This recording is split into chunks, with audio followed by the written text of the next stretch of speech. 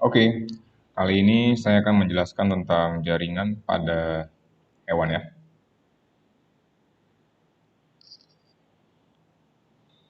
Jadi jaringan hewan itu ya dibagi menjadi beberapa jenis. Ada jaringan epitel,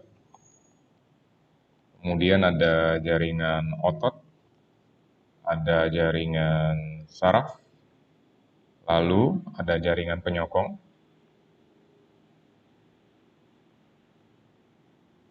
Jaringan penyokong ini ada beberapa macam ya. Ada jaringan ikat, ada tulang rawan, kemudian ada tulang keras, lalu ada darah, kemudian ada limfa, lalu ada jaringan lemak. Oke, itu jenis-jenis jaringan yang terdapat pada hewan ya.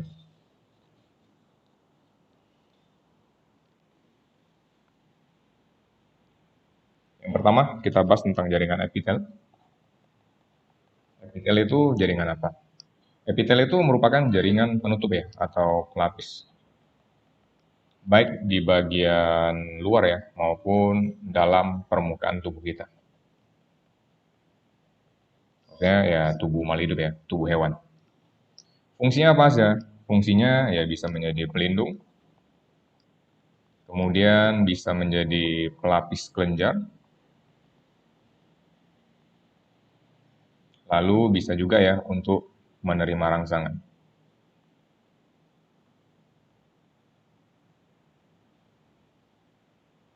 Kalau jenisnya sebenarnya ada beberapa macam ya, cuman yang bentuk paling utama itu ada tiga. Ada epitel pipih, ada epitel kubus, ada juga epitel silindris. Kalau epitel pipih ya, contohnya itu pembuluh darah kita ya, pembuluh darah. Kalau kubus contohnya menyusun korteks ginjal atau permukaan kulit ginjal. Silindris contohnya usus. Itu kira-kira ya tentang jaringan epitel.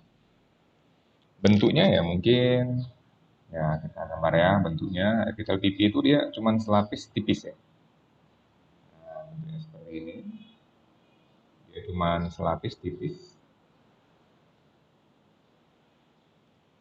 Kalau kubus, kubus dia bentuknya kotak-kotak ya, agak persegi. Seperti ini.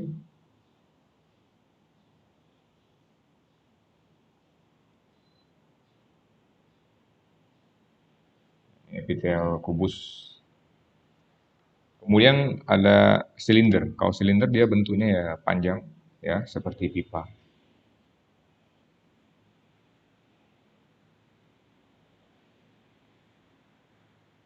Nah, bentuknya seperti ini ya.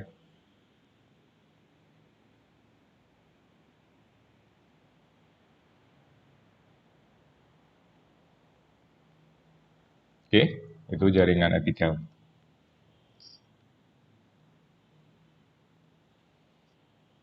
Next, kemudian ada jaringan otot.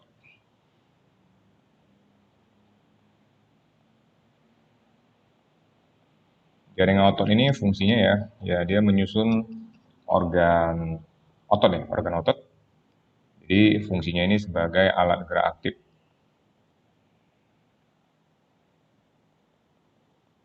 Kalau jenisnya ada tiga ya. Ada namanya otot lurik, ada namanya otot polos, ada namanya otot jantung. Nah, kita lihat bentuk masing-masing ya. Kalau si otot lurik ini dia bentuknya silinder, silinder ya. Kemudian dia ada garis gelap dan terang, jadi warnanya agak belang-belang gitu ya. Inti selnya banyak ya, inti selnya banyak di tepi, nah, di samping-samping selnya ya. Kalau kerjanya ya, kerjanya ini dipengaruhi kesadar, artinya bisa kita kendalikan.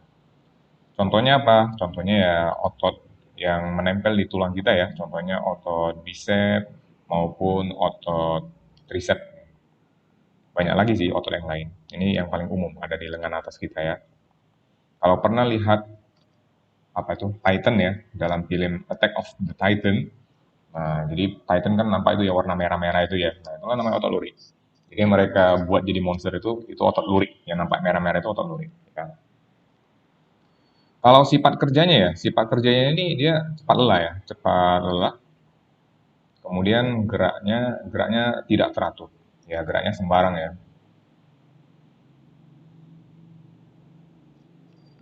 Oke, itu otot lurik. Kemudian otot polos. Kalau otot polos bentuknya ujungnya runcing ya, intinya satu di tengah. Kalau kerjanya dia otonom ya, nggak dipengaruhi kesadaran, jadi kerjanya otomatis.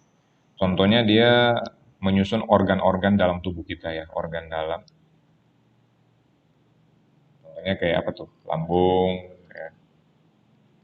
Kemudian pembuluh darah kita, habis itu saluran reproduksi. Ini contohnya ya, yang polos. Kalau kerjanya teratur ya, teratur, kemudian lambat ya, tidak cepat lelah. Itu sifat kerja otot polos. Lalu ada otot jantung. Kalau otot jantung dia bentuknya silinder juga. Cuman dia silindernya ya itu bercabang-cabang. Sama hampir mirip kayak otot lurik. Dia belang-belang juga ya, cuman dia ada cabang-cabang. Letak intinya juga beda. Intinya banyak ya, intinya banyak di tengah-tengah sel. Kalau tadi lurik kan di pinggir ya. Nah, kalau ini dia di tengah-tengah. Kerjanya mirip otopolos ya, yaitu otonom. Dia khusus ya menyusun jantung aja. Jadi nggak ada organ lain yang dibentuk oleh otot jantung. Hanya jantung ya. Kalau kerjanya ya tidak cepat lelah ya. Kalau dibilang lambat ya enggak, tergantung kondisi tubuh kita. Ya. Jadi apa yang mau saya tulis di sini? Ya jantung itu merupakan otot istimewa. Kenapa istimewa? Ya itu karena tadi ya kerjanya mirip otot polos ya, tapi bentuknya itu mirip otot lurik. Itu alasan kenapa dia disebut sebagai otot istimewa. Oke, itu otot atau jaringan otot ya. Next, kemudian kita punya jaringan saraf.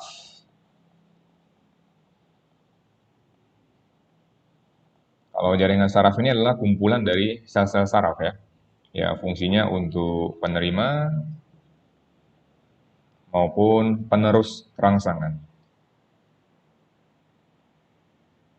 Rangsangan itu nama lainnya impuls. Impuls. Nah, seperti yang saya sebutkan tadi, jaringan saraf tersusun dari sel-sel saraf ya. Jadi dia tersusun dari sel-sel saraf. Sel-sel saraf itu disebut sebagai neuron. Nah, jadi kalau saya gambarkan, inilah gambar sebuah neuron. Secara sederhana ya. Ya.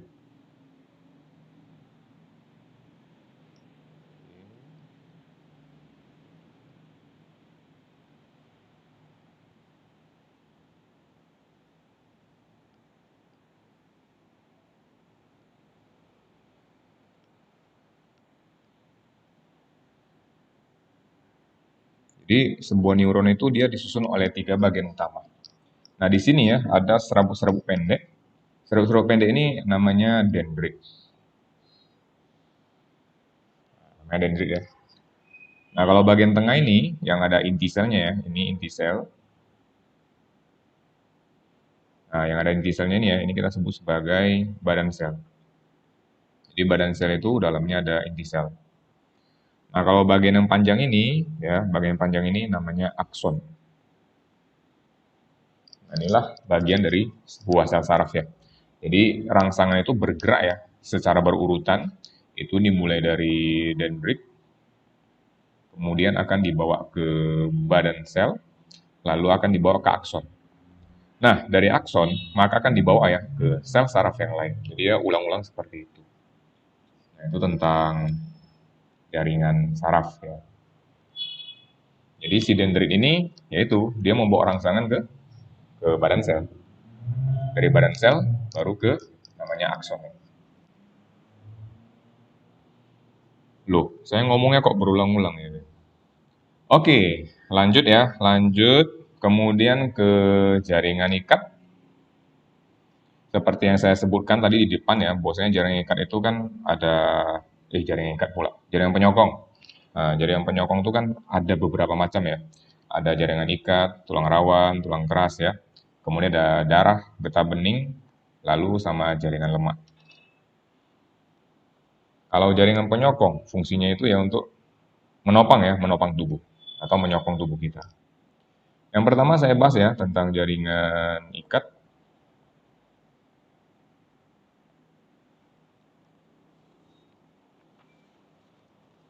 Jadi jaringan ikat ini dia fungsinya ya sebagai pengikat jaringan lain.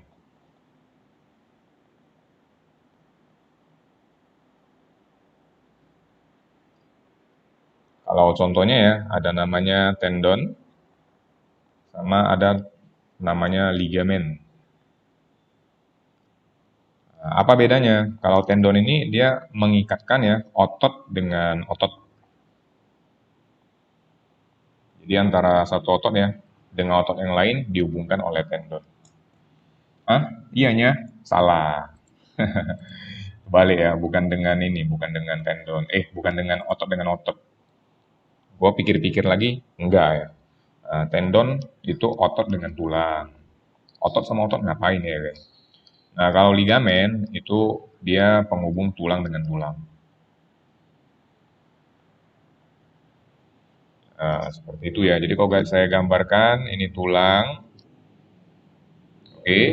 Nah, jadi antara satu tulang dengan tulang yang lain ya. Nah, itu ada namanya ligamen. Nah, jadi jaringan tendon tuh yang mana? Tendon tuh ya di sini. Ini contohnya otot apa tuh? Yang di depan kita ya, otot bicep. Nah, jadi si bicep ini menempel ya, menempel di tulang. Nah, itu dia pakai namanya tendon. Nah, di sini ujungnya juga ya, itu ada tendon. Nah, itu bedanya ya, itu bedanya. Kemudian ada jaringan tulang rawan ya. Kalau tulang rawan ini dia merupakan jaringan yang melindungi ya organ-organ tubuh yang lemah. Dia ini sifatnya ya banyak kolagen. Apaan itu kolagen? Kolagen itu zat perekat. Biasanya kalau pada tulang anak-anak ya itu banyak. Kalau udah dewasa, kolagennya makin sedikit. Kemudian dia sedikit zat kapur.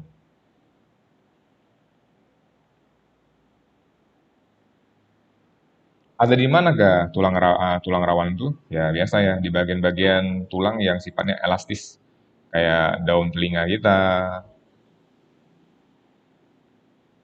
Kemudian apa tuh? Ujung hidung ya, ujung hidung. Nah, bisa juga ya di epiglotis. Epiglotis itu katup ya, katup di pangkal tenggorokan. Ada juga sih yang lain lagi ya, permukaan sendi. Kira-kira itu sih. Nanti kalau kebanyakan pusing pula ya kan. Lalu ada jaringan tulang keras. Kalau jaringan tulang keras nih dia banyak jak kapur ya, banyak kapur, kemudian sedikit kolagen. Nah, ada di manakah itu? Ya di bagian-bagian tulang-tulang kita ya. Tulang apa tuh? Tulang tengkorak, apalagi itu? Tulang rusuk, apalagi itu? Tulang anggota gerak. Ya intinya mau kita bilang tulang keras itu membentuk rangka tubuh kita. Oke, itu jaringan tulang keras. Kita lanjutkan lagi bagian berikutnya. Kemudian ada jaringan darah ya.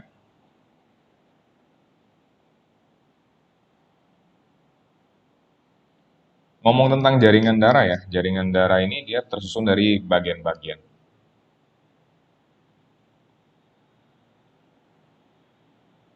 Ada bagian padat, sama ada bagian cair ya. Kalau bagian padat tuh terbagi jadi beberapa ya. Ada eritrosit alias sel darah merah. Lalu ada leukosit alias sel darah putih, ada trombosit ya alias keping darah. Jadi masing-masing jaringan ini dia fungsinya beda ya. Kalau eritrosit ya sebagai pengangkut oksigen. Kenapa bisa? Karena di dalamnya ya ada hemoglobin yang mengikat oksigen ya. Leukosit, nah ini untuk bunuh kuman ya atau pertahanan dalam tubuh. Lalu trombosit ini untuk pembekuan darah. Itu bagian darah ya yang padat. Lupa ya, ada bagian darah yang padat ini namanya sel darah. Lalu ada bagian darah yang cair ya. Kalau bagian darah yang cair itu kita sebut sebagai plasma darah.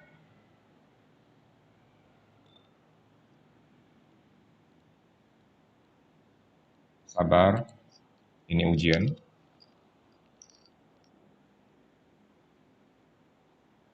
Plasma darah ini fungsinya apa? Wow, banyak ya. Dia ini fungsinya ya bisa untuk mengedarkan sari-sari makanan ya. Bisa juga mengedarkan hormon. Pokoknya mengedarkan zat-zat lah ya. Dan juga dia bisa mengangkut zat-zat sisa.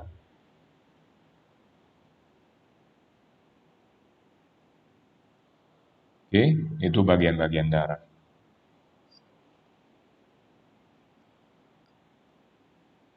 Kalau bisa ditambahkan sedikit ya kan, bentuk apa beda sel darah merah, sel darah putih dengan trombosit? Kalau sel darah merah itu bentuknya pipi ya, bentuknya pipi, cekung di tengah, ya cekung di tengah.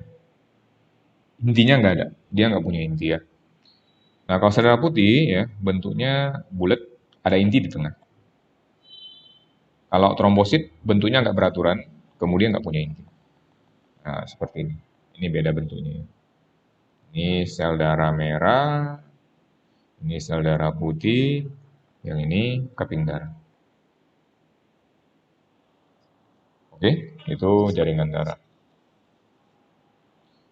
Yang terakhir, limfa.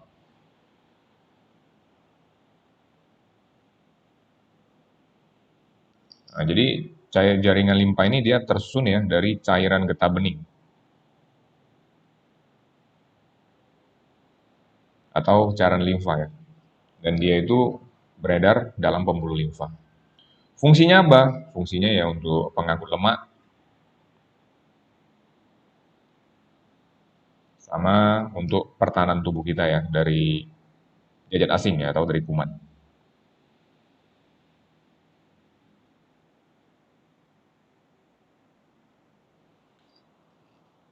Oke, nah itu kira-kira ya jaringan yang terdapat pada hewan.